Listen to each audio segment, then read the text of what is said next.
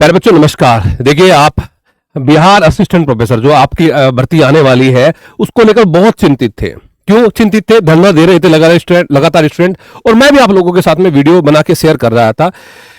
चिंता ये थी कि भाई हम सब जो है नेट क्वालिफाई तो नहीं है, और इतनी बड़ी वैकेंसी यहाँ पे आने वाली है तो उसमें हमें मौका मिलना चाहिए। यानी कि हम बात किसकी कर रहे थे? बात कर रहे थे कि स्टेट लेवल पे हमारा एक एलिजिबिलिटी टेस्ट यहाँ पे हमारा कंडक्ट कराया जाए, है ना। तो अब आज के न्यूज़पेपर में आप देख रहे हैं कि भाई आपका एग्जाम से पहले ये एलिजिबिलिटी टेस्ट आपका यहाँ पे कराया जाएगा और आपको एक मौका मिलेगा। और ये बहुत ही पॉजिटिव संकेत है आप सभी स्टूडेंट्स के लिए जो तैयारी करने वाले बच्चे हैं कि आपको एक मौका यहाँ पे मिला है। और इतनी बड़ी वैकेंसी मुश्किल ही कहीं आती है भाई, है ना।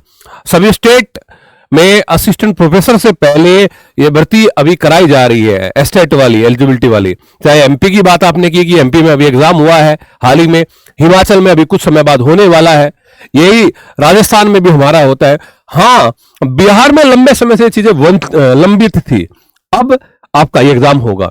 अब आप कहेंगे इसमें क्या क्या क्वालिफिकेशन चाहिए? देखिए प्यारे बच्चों, थोड़ा यहां पे ध्यान रखिए कि नेट की तर्ज पर ही होगा। जिस प्रकार से जो आपका नेट का एग्जाम में जो लेवल रहता है, क्वेश्चन पैटर्न रहता है, वही लेवल यहां पे आपका रहने वाला है। उसी के साथ साथ में पीजी में आपके 55% अनिवार्य होने चाहिए। नेट में भी ऐसे होता है ना कि जनरल के लिए 55% और कैटेगरी के लिए 50% यहां पे है। तो यही मापदंड यहां पर भी रहेगा कि ग्रेजुएशन में मुख्य विषय की अनिवार्यता, ये बात अलग है। ग्रेजुएशन में मुख्य विषय जो आपका जो सब्जेक्ट है, जो आप जिसमें एस्टेट देंगे, जिसमें आपने नेट दिया, जिसमें आपने पीजी किया, वो सब्जेक्ट आपका ग्रेजुएशन में भी होना चाहिए। ये बिहार में ये अलग से चीज आपके लिए यहां पे रखी गई है। अब मैं अगर यहां पे बात करूं कि विश्वविद्यालय और कॉलेजों में असिस्टेंट प्रोफेसर की नियुक्ति से पहले अब स्टेट लेवल एलिजिबिलिटी टेस्ट आयोजित किया जाएगा, है ना।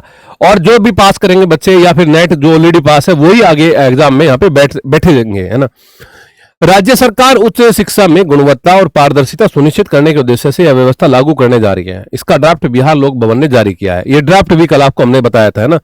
अब हम कहेंगे कि कुछ मामलों में मिल सकती है छूट। क्या छूट है? कि बिहार के विश्वविद्यालयों में सहायक प्राध्यापकों की नियुक्ति के लिए नया ड्राफ्ट स्टैच्यू 2025 के लिए प्रस्तावित नियमों के अनुसार विश्वविद्यालय में सहायक प्राध्यापक बनने के लिए यूजीसी द्वारा नेट या स्लेट उत्तीर्ण अनिवार्य होगा। दोनों में से कोई ना एक आपको यहाँ पे करना होगा। अब हम कहते हैं कि ड्राफ्ट तैयार करने वाले कुलपति ने कहा है कि मसौदे के अनुसार जिन अभ्यर्थियों के पास यूजीसी के नियम अनुसार संबंधित विषय में पीएचडी की डिग्री है, उन्हें नेट व स्लेट से छूट दी जा सकती है। जो भाई पीएचडी कर रहे हैं उनको नेट और स्लेट की आवश्यकता यहाँ पे नहीं है। इसके लिए पीएचडी नियमित मोड में होनी चाहिए। शोध प्रबंध का मूल्यांकन कम से कम 2 बाहरी परीक्षकों द्वारा किया जाना चाहिए। मतलब कि जो एक्सटर्नल्स ने आपकी पीएचडी को यहाँ पे जांचा हो, मौखिक परीक्षा होनी आवश्यक है।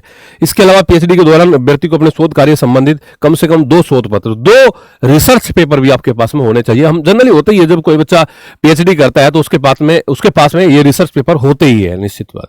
साथ ही 2 शोध पत्र यूजीसी, आईसीएसआर, सीएसआईआर जैसे संस्थानों द्वारा प्रायोजित सेमिनार या कॉन्फ्रेंस में प्रस्तुत होना होगा। ये इन्होंने यहाँ पे चीजें रखी है कि भाई आपको क्या क्या करना होगा। रिसर्च पेपर भी आपके पास में होने चाहिए।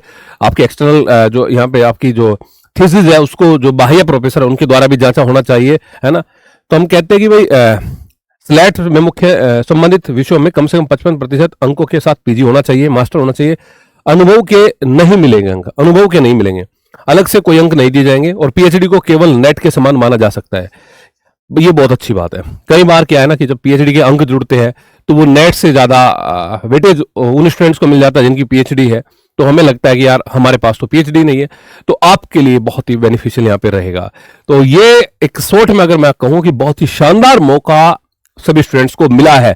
और बिहार में मैंने कहा था आपको कि आपके जैसा मुख्य सब्जेक्ट इतिहास की बात करूं तो 300-400 से कम वैकेंसी आपकी नहीं रहेगी, और ये बहुत बड़ा नंबर यहाँ पे होता है प्यारे बच्चों। तो तैयारी में लग जाइए, ये मौका जाने मत देना। बहुत बहुत धन्यवाद। जय हिंद।